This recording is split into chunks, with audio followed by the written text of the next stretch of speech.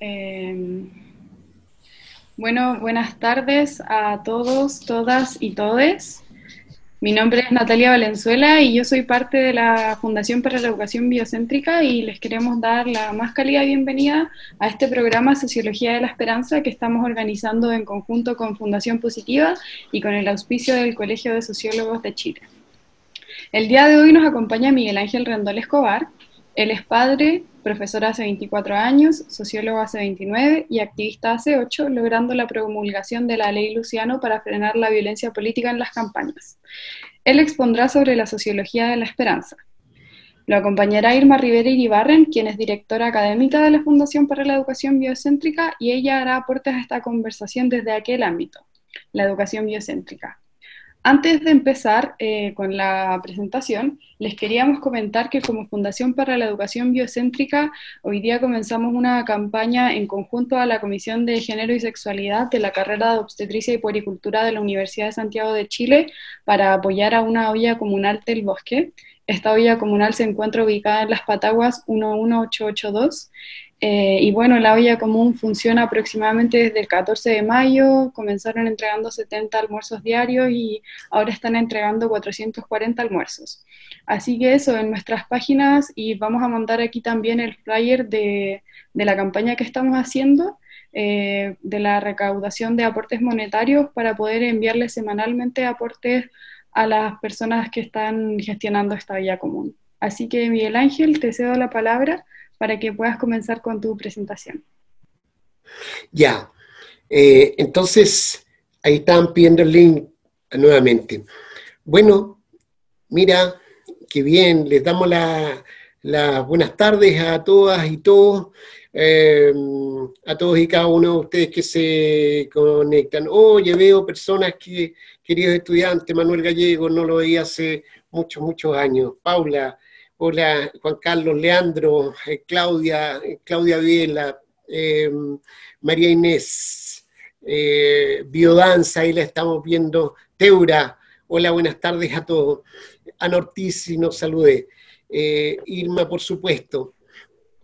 Darle las gracias por conectar en esta tarde de lluvia aquí en Santiago. La verdad es que he estado, saludos desde Antofagasta, gracias. Mira hasta dónde estamos llegando. Contarles que estamos haciendo un esfuerzo muy grande por salir adelante con esta iniciativa. Hoy hemos tenido una lluvia muy intensa acá en Santiago y eso ha agudizado las contradicciones y ha agudizado los problemas. Hay mucha pobreza, se han mojado las personas, las familias, sus enseres, se están propiciando las ollas comunes, y entonces hay una adversidad, la verdad es que muy, muy grande. Ana Ortiz, mi primera experiencia en el tema, muchas gracias, nosotros también estamos haciendo este debut. Decir que entonces hoy podemos decir que hay un balance negativo, triste, hay una crisis profunda. Que es una crisis política, que es una crisis económica, que es una crisis de salud, evidentemente, pero que también ha pasado a ser una crisis existencial. Entonces, junto con estar nosotros y seguramente ustedes exactamente en la misma situación, Marjorie, bienvenida, estamos viendo qué hacemos para salir adelante. Entonces, hemos estado conversando con la Fundación para la Educación Biocéntrica, con nuestro propio y querido colegio de sociólogos y sociólogas, y bueno, con otras personas, ¿cómo lo hacemos? Entonces, la verdad es que a veces cuesta mucho salir adelante, cuesta mucho surgir, porque la depresión es el signo común de los tiempos, porque tenemos suficientes razones objetivas para estar mal y para entender que nuestro pronóstico, la verdad, es que es bastante poco auspicioso. En ese marco hemos querido hacer un aporte valioso, pensamos, y hemos instalado este concepto de sociología de la esperanza. Se hizo la presentación, soy sociólogo 24/7, sociólogo y los 365 días del año, sociólogo siempre. Y eso, por espacio de 29 años que llevo de ejercicio de la profesión, finalmente significa un sesgo, una manera particular de ver la vida y la sociedad y en general las relaciones en el mundo. Entonces, eso marca esto, y decir que también tiene que ver con los orígenes de esto. La sociología también surge en momentos de crisis. Sin embargo, miren ustedes, hay una seña tremendamente valiosa en los orígenes de la sociología. Está Augusto Comte. Comte es uno de los inauguradores del positivismo. El positivismo que va, entonces ahí además comienza el origen de la sociología. Estamos hablando aproximadamente de 1798 en adelante, ¿sí? El nacimiento de Augusto Comte. El positivismo, dejar claro que en ese momento no tiene nada que ver con lo que estamos tratando de decir nosotros del optimismo.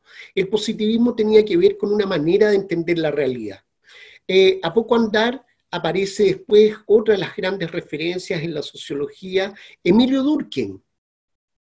Decir que hasta que aparecieran ellos, en realidad no existía esta disciplina en la sociología. Y mira cómo son las cosas. Emilio Durkheim saca, por los 1800, saca un libro tremendamente valioso, y es un referente. A partir de eso se comienza a hablar bastante de la sociología, y marcada con este enfoque positivista. En ese momento su libro, el título es bastante terrible, se llama El suicidio.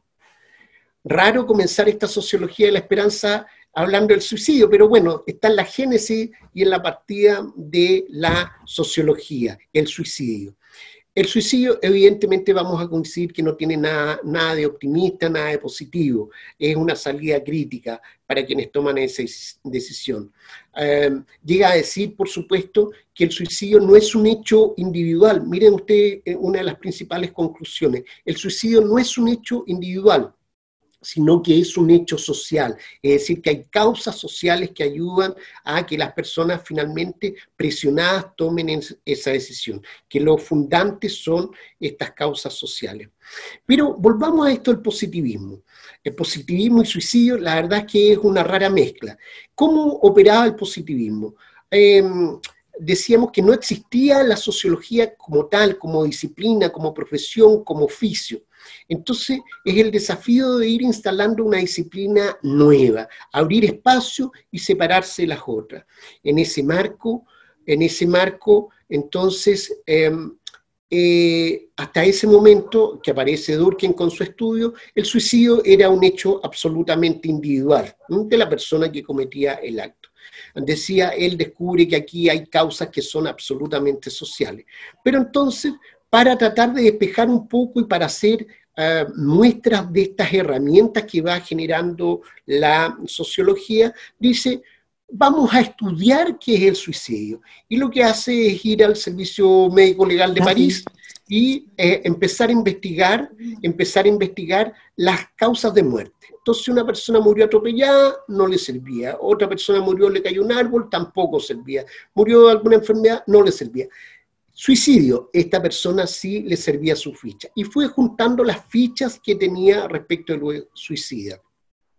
Y así, en base a eso, hizo algunas constataciones que son tremendamente fundamentales.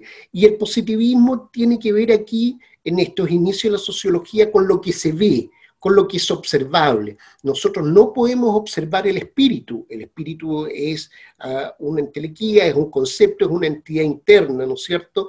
Nosotros podemos confiar en el espíritu, pero ninguno de nosotros se topa con él. Tampoco nos podemos topar con el concepto de justicia, ¿no? Nadie se topa con la justicia a la vuelta de la esquina.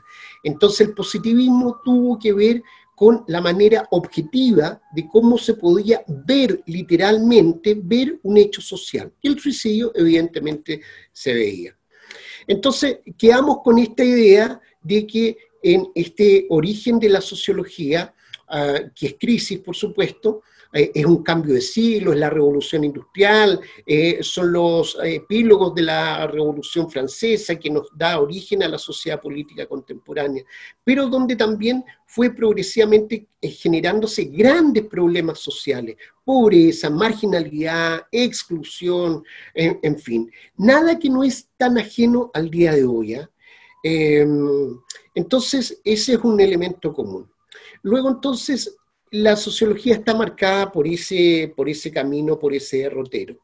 Y tengo que decir que probablemente, al igual que muchas y muchos de ustedes, también he tenido una vida llena de costalazos.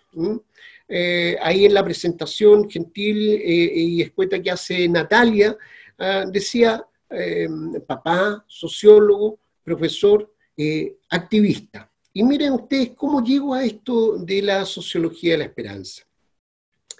Tuvimos un hecho macabro, salvaje con nuestro hijo mayor, Luciano, fue víctima de violencia política y a partir de eso tuvimos que luchar por su vida y también luchar por justicia y además impulsar una ley, logramos modificar las campañas políticas en Chile, logramos cambiar la ley electoral, logramos cambiar la ley de partidos políticos y la ley de transparencia y fortalecimiento de la democracia.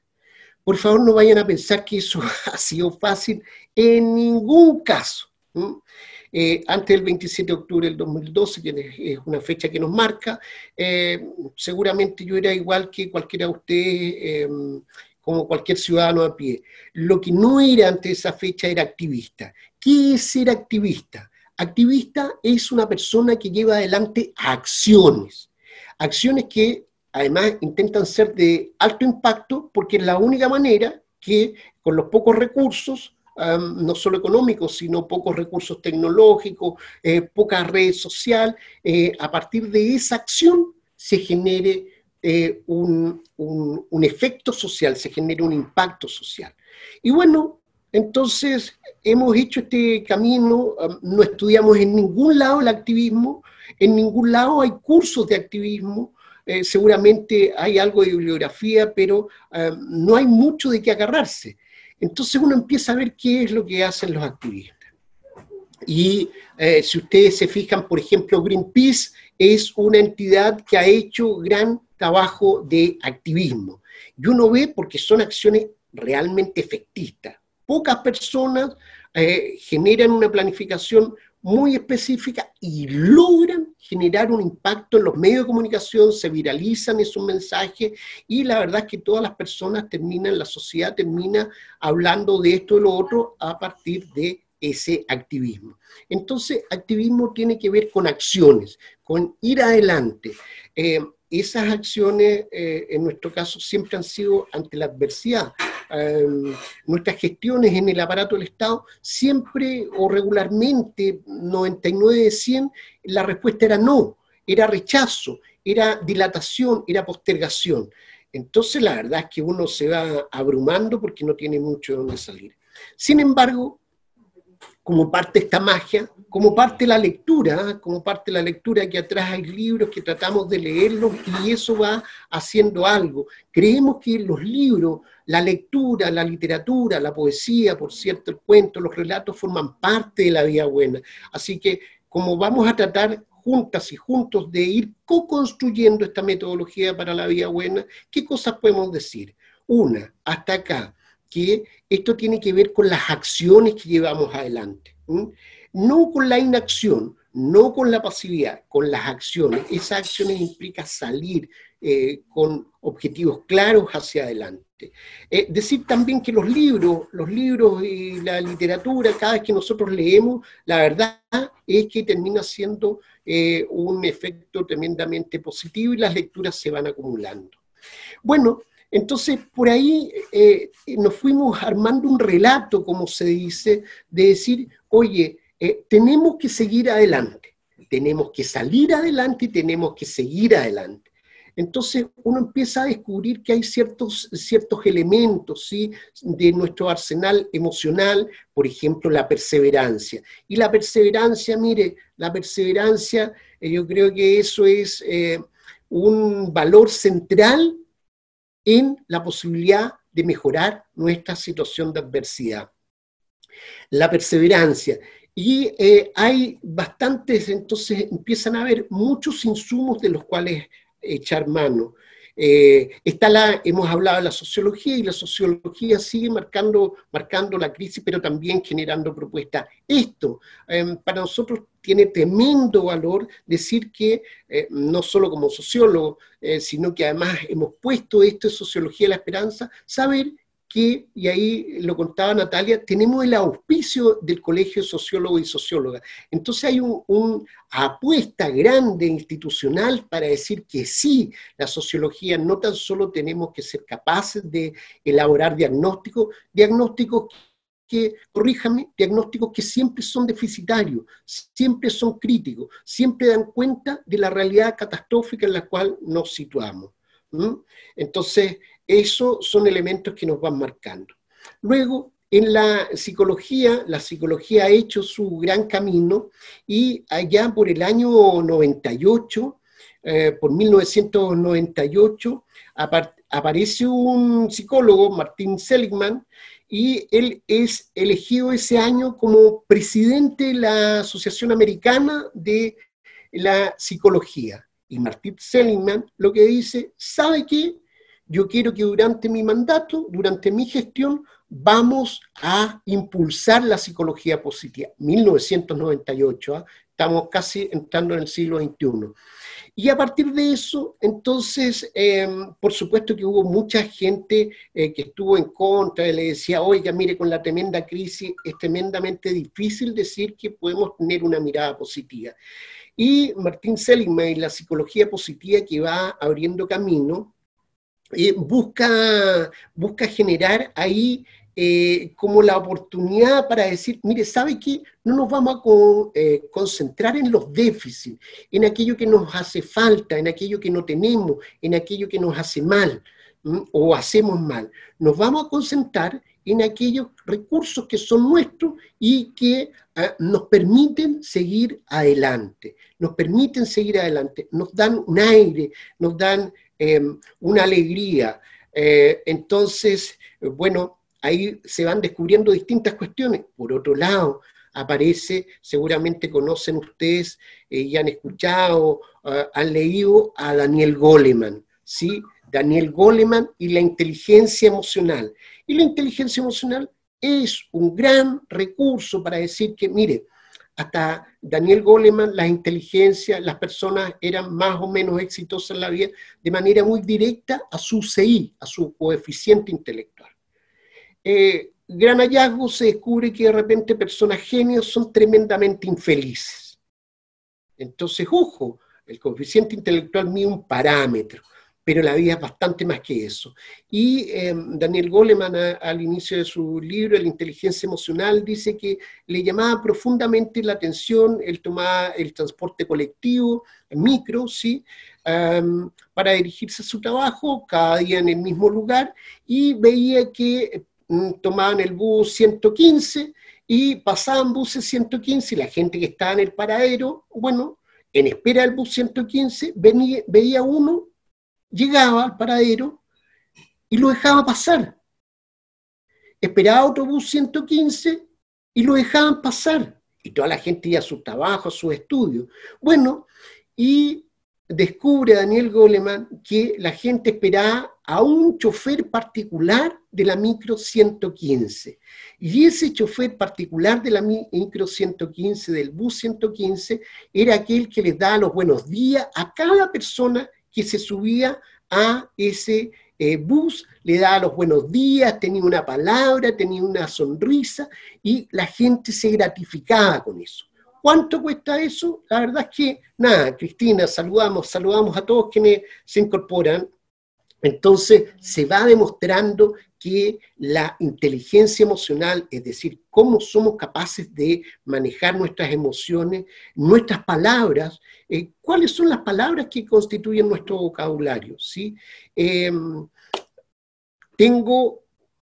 Mi signo del zodiaco es Libra. Dicen que es el mejor signo que haya, no sé, desde el punto de vista científico dicen que es el mejor signo del zodiaco, desde el punto de vista científico. Entonces, si ustedes ponen, Libra tiene una balanza, el logo del signo Libra es una balanza. Y esa balanza, por supuesto, Sagitario, la aclaro, me aclaran que aquí Sagitario es el mejor signo.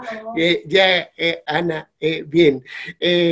Yo estoy hablando desde el punto de vista científico. Bien, si situamos nosotros esa balanza, vamos a ver que en ella hay necesariamente dos platillos. Y ese platillo es el más y es el menos.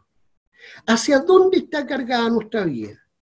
Yo quiero decirles que la mía propia por mucho tiempo ha estado cargado al negativo, al lado negativo, porque bueno, porque uno tiene problemas económicos, tiene problemas de pega, tiene problemas en la casa, tiene problemas con la gente del barrio, tiene problemas aquí, tiene problemas allá. Hasta que en algún momento uno va sacando cuenta que la vida va pasando. Esta barba blanca no vayan a creer que es de utilería, esto tiene que ver con los años de ir cada 27 de septiembre celebrando esto del cumpleaños. Entonces uno dice, oye, la vida va pasando, lo que me pasó, pasó, entonces ¿cómo soy capaz de seguir adelante? Y ahí uno va descubriendo que a veces cambiando las palabras que nosotros ocupamos. Si ustedes se fijan, aquí hay personas que están de fuera, también de fuera del país, muchas veces cuando preguntamos en el aula coloquial, hola, ¿cómo estás? Oye, mal. ¿Y cómo te ha ido? Pésimo. Ah, ¿y en tu casa cómo están? Fatal. Eh, la verdad es que así nos cuesta mucho salir adelante. Entonces, en realidad, ustedes cuando me pregunten por ahí, oye, ¿cómo está? Les voy a decir bien. ¿Y cómo pienso que me va a ir mañana? Pienso que me va a ir mejor que hoy. Y pasado también. Y esa convicción es la que sirve para seguir adelante. ¿Ya?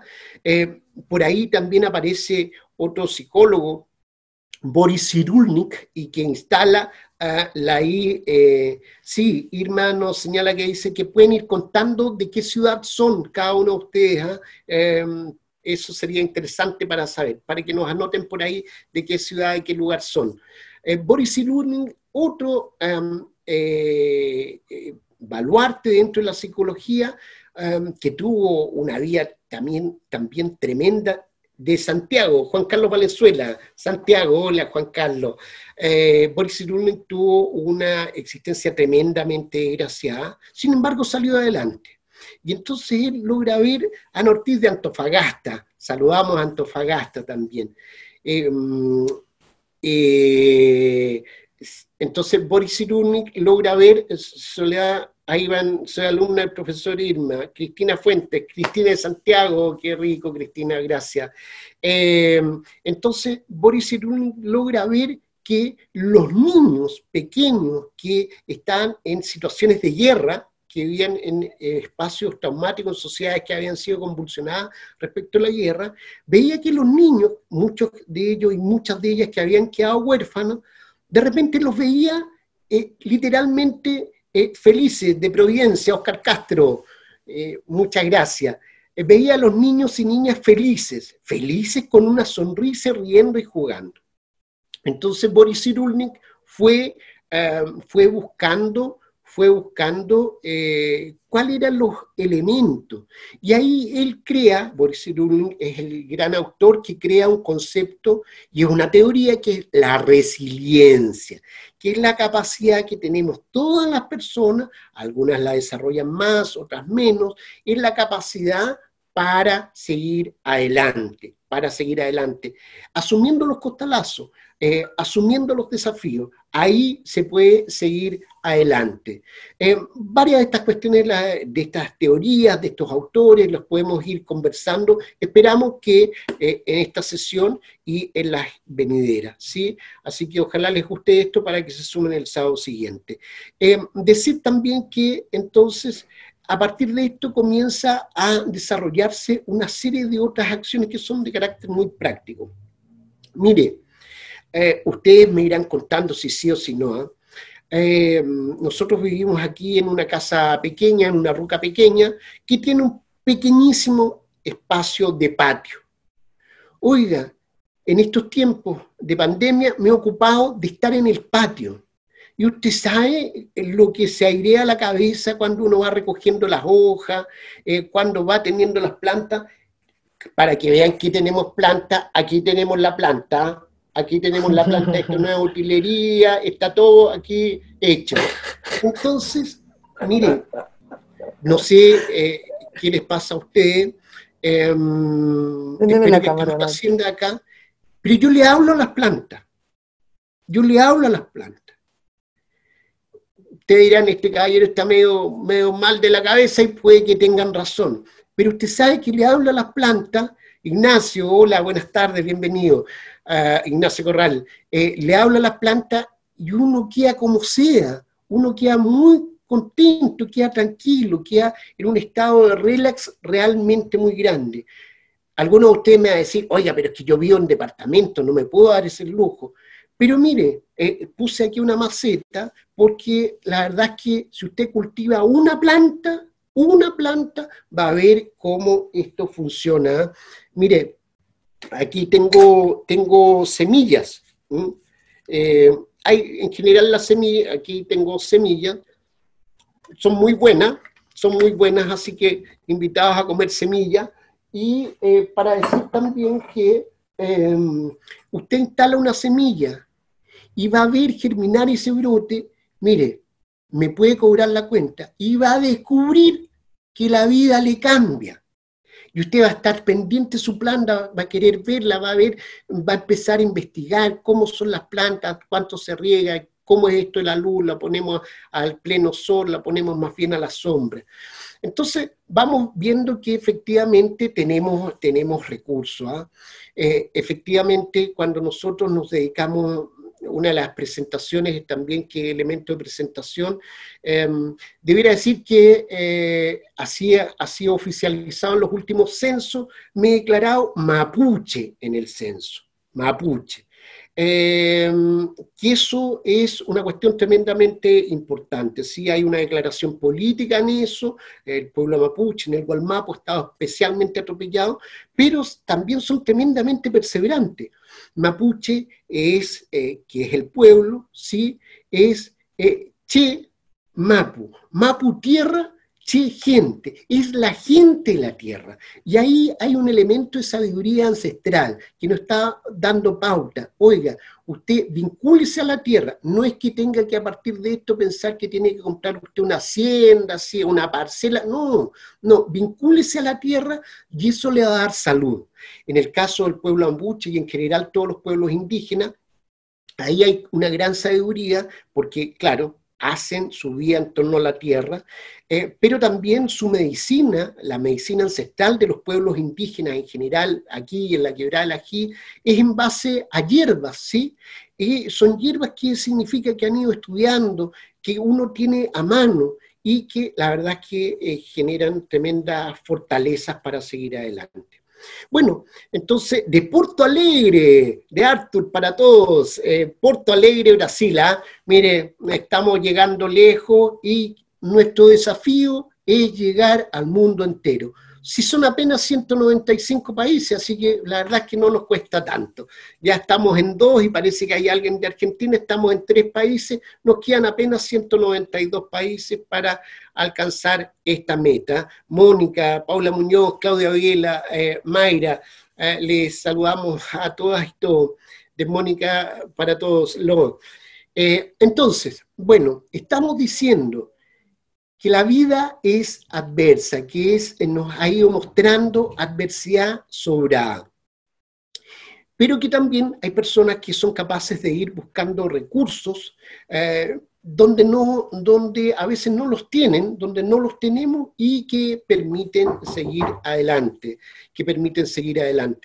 En ese sentido, el lenguaje popular también nos ayuda mucho. Mire, no lo vamos a hacer en esta ocasión. Me están diciendo que no se escucha, Ignacio Corral, para mí. Espero que mejore el audio. Miguel Ángel, por aquí te escuchamos bien. Yo creo que deben tener ellos problemas quizás con el audio del computador. A lo mejor si reinician su audio, si vuelven a entrar. Cuando entran a la reunión Zoom les da una opción abajo a la izquierda como de ingresar al audio. Quizás ese es el problema porque por acá te escucho. Ya. Gracias. Ignacio, bueno, hay que reiniciar todo.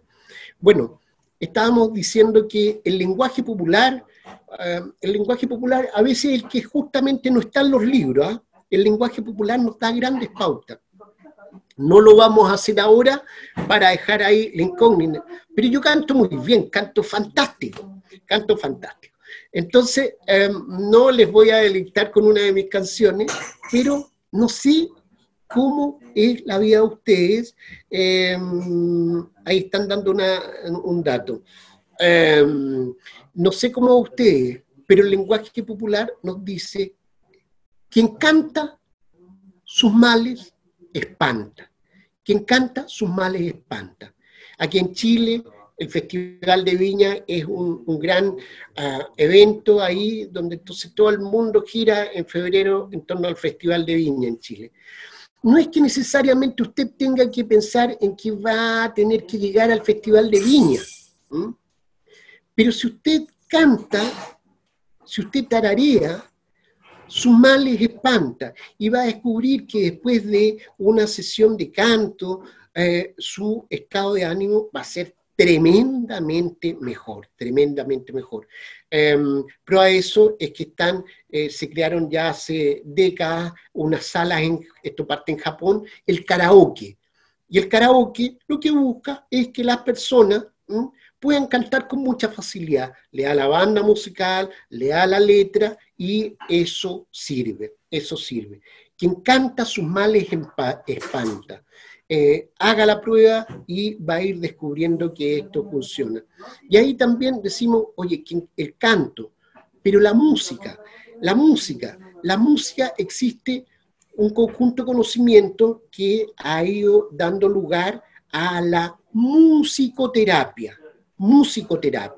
Es decir, cómo distintas músicas son capaces de inducir en nosotros cierto estado de ánimo. Desde la euforia en algunos casos, desde la alegría contagiosa que nos hace movernos, a música que nos deja en un estado de serenidad, de tranquilidad. Y ahí efectivamente la música tiene un efecto terapéutico, ¿eh? Tiene un efecto terapéutico que nos hace estar mejor.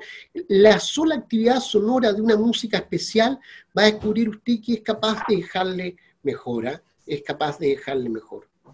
Bueno, entonces voy contando esto y vamos a generar aquí un espacio para que ustedes puedan interactuar, por supuesto, pero vean ustedes, el título de esto era Sociología de la Esperanza, y donde vamos a tratar de hacer el esfuerzo para co-construir una metodología para la vida buena. No quiero ser latero, en metodología hago curso de metodología, así que no les voy a hacer un semestre de metodología en este momento, pero decir que metodología es un conjunto de pasos ordenados, sistemáticos, que van agarraditos uno a otro y que permite ir de inicio a fin y alcanzar ciertos resultados de acuerdo a cierto estándar. En este caso, el método científico, la metodología científica, resultados de carácter científico. Pero aquí hay una metodología como un conjunto de pasos, como un conjunto de recursos que, si lo hago solo, bueno, tiene un alcance ilimitado, pero si lo hacemos de manera colectiva, vamos a descubrir que en verdad tenemos posibilidad muy interesante de ir agarrando elementos que nos sirven para todo y cada uno de nosotros. El desafío es, a continuación, que efectivamente seamos capaces de introducir un cambio en nuestra vida. Si nosotros somos capaces de introducir un cambio, no vamos a hablar de grandes cambios, pequeños, grandes cambios, vamos a tener como chance de ir avanzando. Y esos cambios tienen que ver con nosotros mismos, ¿sí? Con nuestro fuero interno, tienen que ver quienes tienen pareja con sus propias relaciones de pareja, quienes viven con su familia, con cómo nuestra familia siempre puede ser mejor, quienes trabajan, comparten espacios donde, bueno, o compartían espacios, hoy mucho del trabajo se hace a través de distancia, comparten espacios en el trabajo donde existen conceptos, por ejemplo, hablan del mobbing. El mobbing es el acoso u hostigamiento laboral, y es probable que muchos y muchos de ustedes, yo mismo, hayamos sufrido mobbing en nuestra trayectoria laboral, acoso laboral, hostigamiento, eso que cuando uno llega o se aproxima a su trabajo, le empieza a oler el estómago. Cuando uno ya está en esa situación, quiere decir que ha llegado a un punto de crisis. Entonces, tiene que ver con cómo nosotros somos capaces de introducir pequeñas mejoras, pero a la vez el gran desafío de esto es mantenerlas en el tiempo y de tal manera que ese efecto acumulativo uno va a poder ir observando que hay pequeños cambios que son luces de esperanza, De contarles varias cosas más, Irma y Juan Carlos, ellos y varias de ustedes, entiendo, tienen vínculo a partir de la biodanza. Quiero decirles que yo con sinceridad nunca en la vida había hecho biodanza, y es más, como uno tiene muchas historias, nunca me habría imaginado que iba a ser capaz de hacer biodanza. Entonces, cuando me invitan Irma y Juan Carlos a esa primera sesión, la verdad es que fui como bien asustado.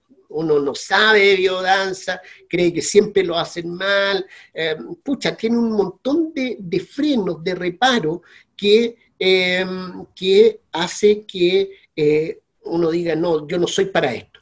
Pasado el primer susto, pasado la primera sesión, fui a la segunda, y ahí le empecé a agarrar el gustito. Y a la tercera ya iba por mi cuenta, y a la cuarta ya estaba esperando. Entonces, la biodanza no existía en mi vida, apareció a principios de año y ha sido un cambio notable. Hubo que suspenderla a partir de esto, del coronavirus y la cuarentena, todo. Vamos a seguir construyendo. Irma me está pidiendo que le dé un pase, por favor. Irma. Acá estoy, aprovechando que entramos a a tierra derecha con la biodanza, a partir de lo que estaba compartiendo Miguel Ángel, que había tenido la posibilidad de participar en estas sesiones. Yo quisiera retomar un poquito hacia atrás en términos de lo que es algunos conceptos que estuvo mencionando Miguel Ángel sobre la sociología de la esperanza.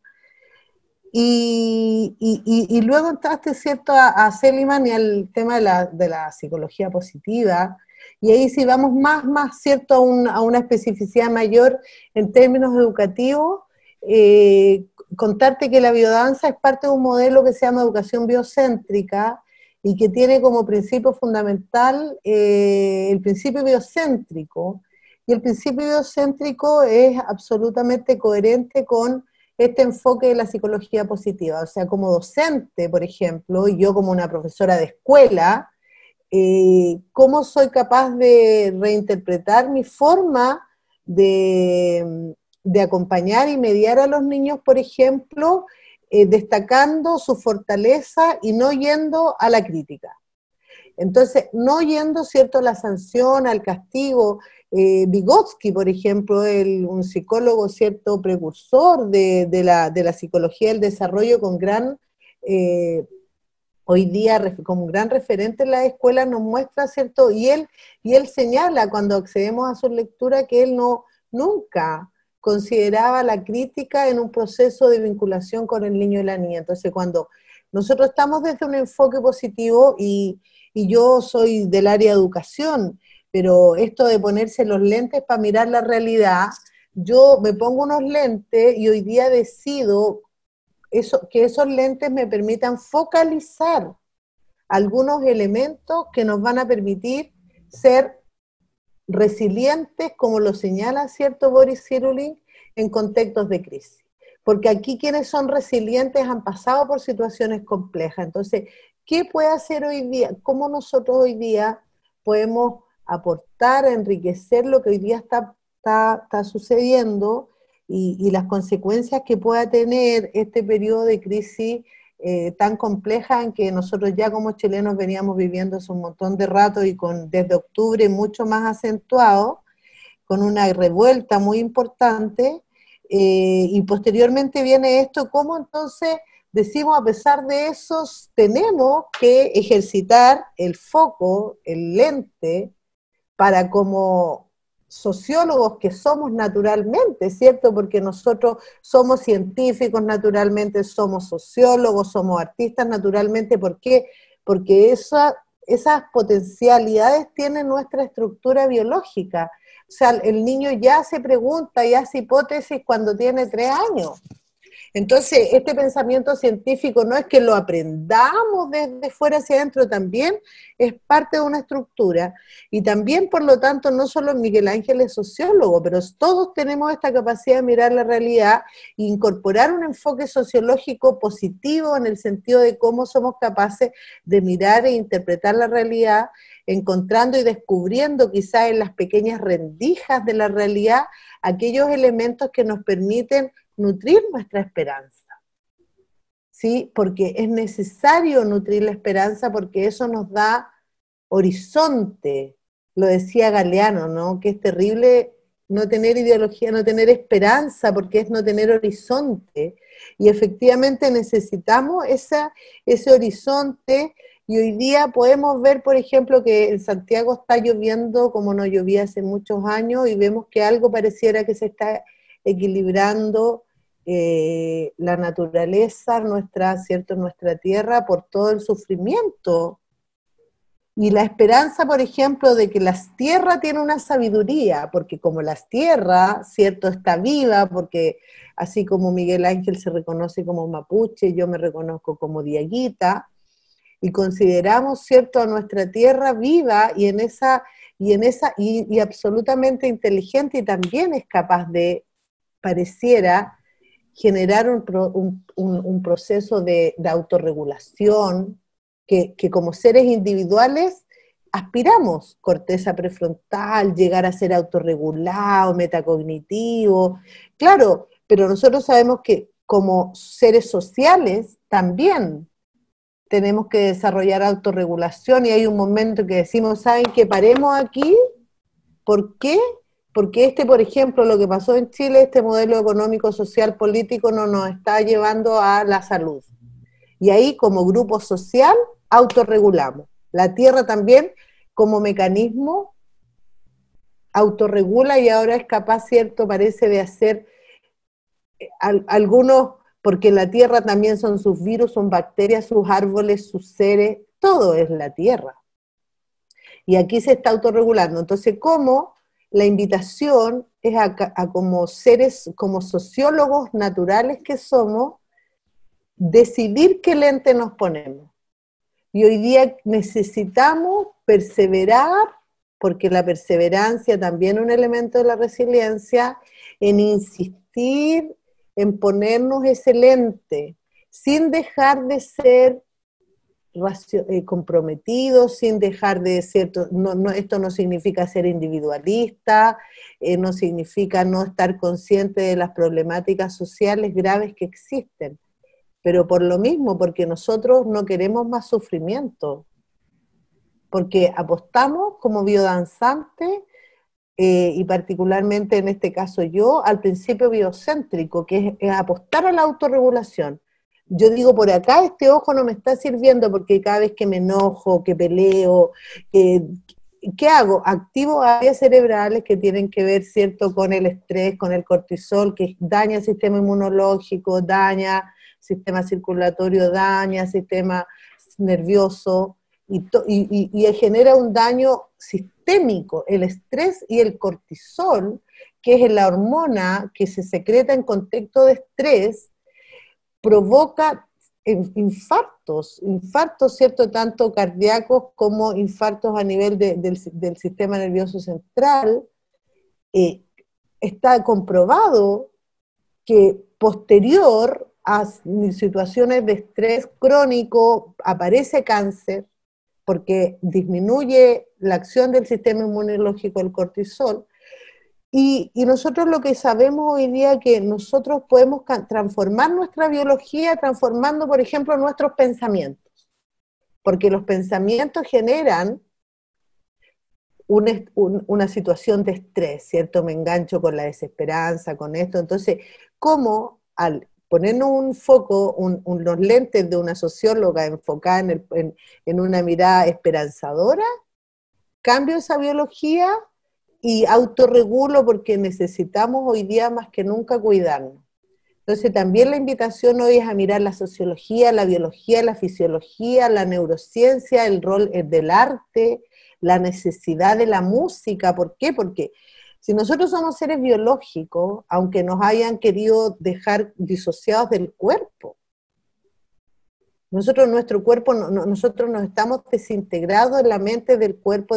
No, y obviamente que en la medida que cuidamos este cuerpito, y lo cuidamos, el primer A del cuidado es la respiración consciente. Otro elemento del cuidado es cómo yo soy capaz de tomar conciencia y estar consciente de mis pensamientos, porque mis pensamientos generan emociones y las emociones generan hormonas que afectan los distintos sistemas del organismo. Y en ese sentido, ¿cuáles son hoy día, por ejemplo, si miramos con foco sociológico, vemos las ollas comunes, que ahí hay un instinto de autorregulación de la especie. Tenemos un problema y lo resolvemos juntándonos, colaborando y solidarizando, porque ese es el camino de la salud. Entonces vimos que hay una situación límite y empiezan a proliferar las ollas comunes, porque también tenemos la esperanza desde la biología que hay una memoria celular que nos ha permitido evolucionar, por ejemplo, poblar los continentes, salir de situaciones. Nosotros estuvimos como especie a punto de la extinción, y ahí el elemento que favoreció que nosotros no nos extinguiéramos como especie es que surge el lenguaje y la colaboración, porque necesitamos juntarnos para pensar. Entonces, la sociología de la esperanza es ver, ¿cierto? Y es la invitación es a empezar a cuando salgamos de este diálogo hoy, nos vamos con un nuevo lente.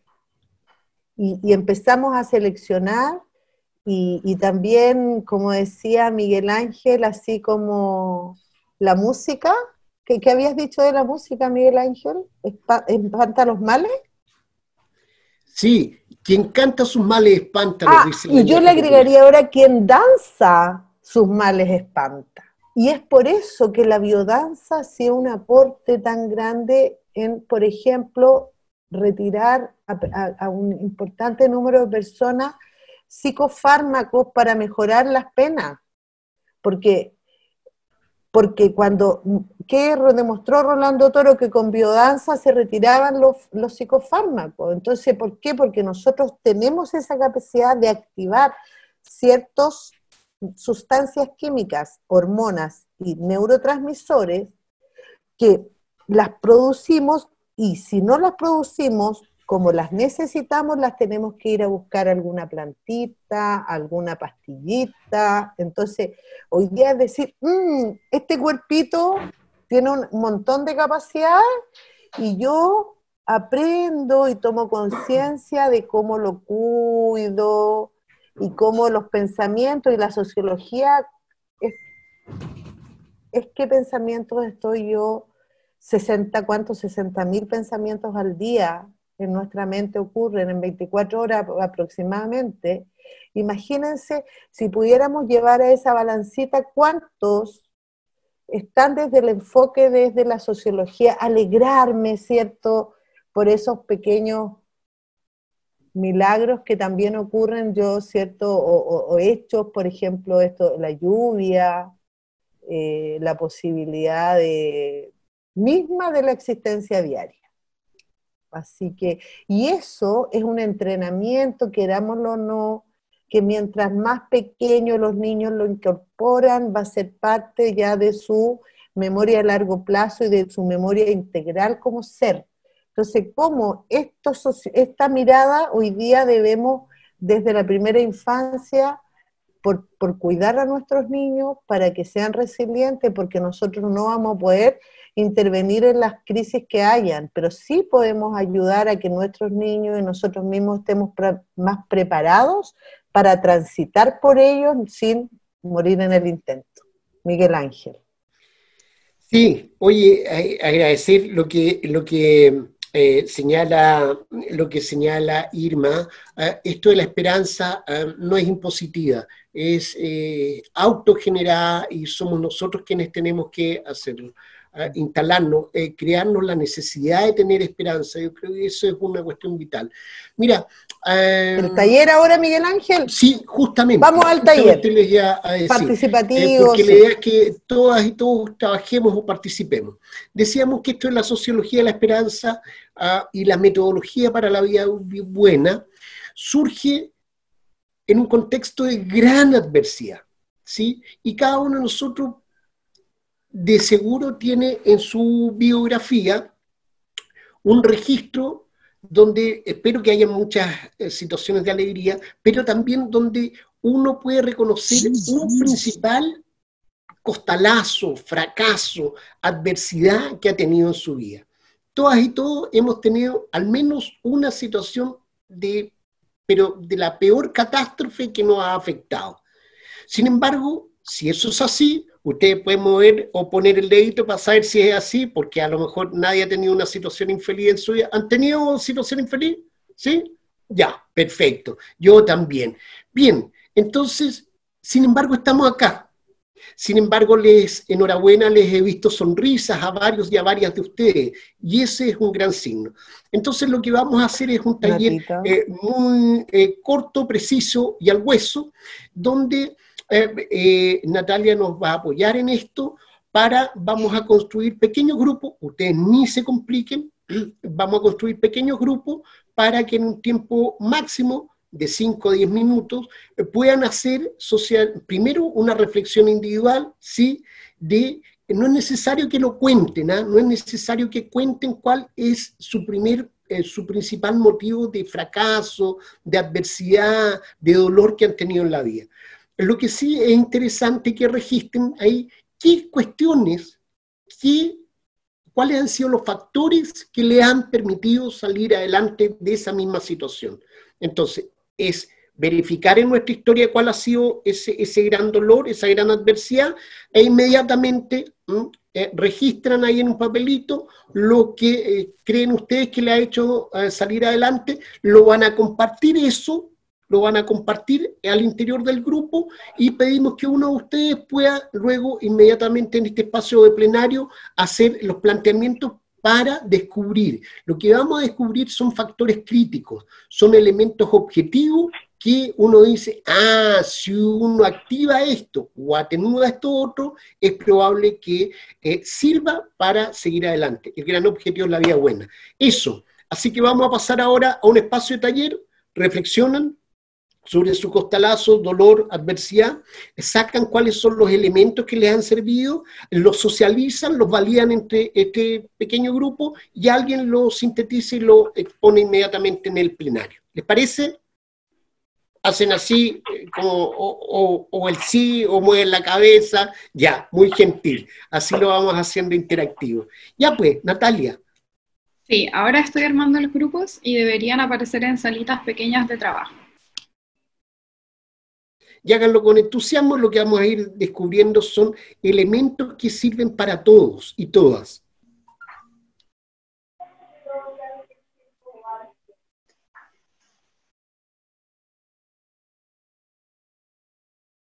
Si estaríamos, parece, si no hubiera, quizás aquí comentar lo que está estimados medio retirar, bueno, después me tengo que retirar también por la hora, ¿cierto? Queremos terminar puntual.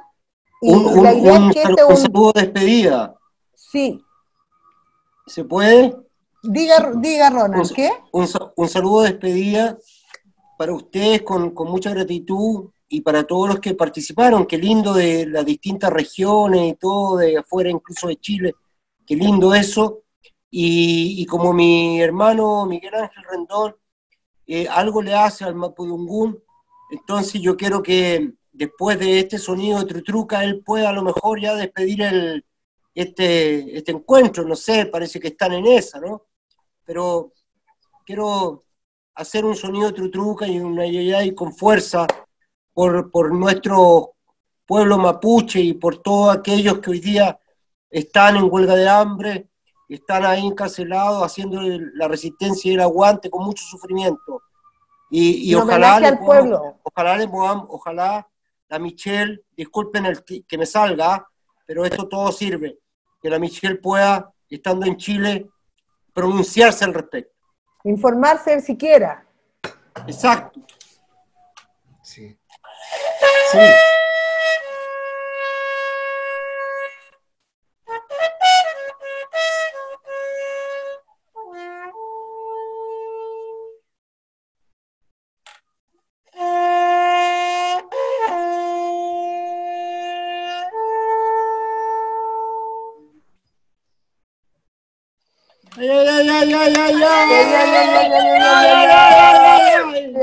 Miguel Ángel, dejamos para tus palabras de despedida.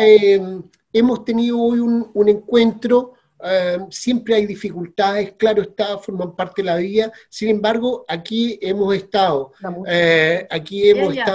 presentes y activas y activos. Hemos hecho una primera reflexión, un primer acercamiento a esto que busca constituir una nueva manera de pensar, de ver la vida, de verbalizarla y de relacionarse. Entonces, este es un camino. Evidentemente toma rato, a muchos nos ha tomado décadas, parte importante de nuestra vida, pero sabemos que se puede. Ustedes que están acá y tienen sus propias biografías saben que se puede. Entonces, Natalia después nos va a dejar, nos va a hacer presente, no es que esto quede como tarea, que queda como feo, más encima me dejaron tarea, qué horrible. No, es un encargo académico, no hay tarea, es un encargo académico. Es un encargo académico que va a contar Natalia y que le da sentido para que vayamos recogiendo los elementos, los materiales que nos van a permitir ir construyendo esta metodología para la vida buena. De mi parte, agradecerle. En Mapudungún, lengua mapuche, se dice Chaltumay, y nos despedimos de todo y cada uno, damos la palabra a Natalia y contarles que vamos a estar presentes el próximo sábado a la misma hora seguramente, y se pueden contactar, será un gusto y un honor y agrado tenerle. De mi parte, muchas gracias. Sí, bueno, el encargo para la próxima semana es pensar en algo que nos haga sentir bien, en lo que nos hace sentir bien. Entonces, ese sería el encargo y les dejamos invitadas para la próxima semana. Y ya para terminar el programa vamos a poner una pequeña musiquita. Y eso, agradecer la participación. Y pensando que es sábado, que podemos bailar solo o acompañados, pero recordar que el cuerpo sepa que es sábado, entonces queremos ponerle un poquito de movimiento a la vida, la música. Muy bien. Para que prendan su radio en sus casas. Gracias. ¿Natita? Besitos para Nati. La presentadora. Chao. Yo me quedo para escuchar. Yo también me quedo para escuchar. Eso, nos quedamos.